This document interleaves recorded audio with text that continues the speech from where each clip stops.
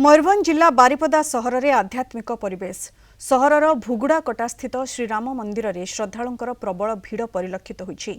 सकाळु प्रभुंक दर्शन सह आशीर्वाद भिक्षा करबा पई मंदिर में श्रद्धालुंक लंबा लाइन देखिबाकु मिलिछि। अन्यपटे भक्तों भिड़ को दृष्टि रखी मंदिर कमिटी पक्षर व्यापक सुरक्षा व्यवस्था ग्रहण करा जायछि। शांति श्रृंखलार सह जेभଳି भक्त माने दर्शन करिपारिबे सेथिपई स्वेच्छासेवी कमिटीर सदस्य माने नियोजित हेबा सह समस्त प्रकार व्यवस्था ग्रहण करा जायथिबा कहिसेंती कमिटी सदस्य। सकाळु बहुत भिड़ भी लगी दर्शन करी बहुत बढ़िया लगुच भल लगुच सपरिवार आज पवित्र श्रीराम नवमी उपलक्षे एठाको भोगड़ाकोटा स्थित श्रीराम मंदिर को आसीअछु।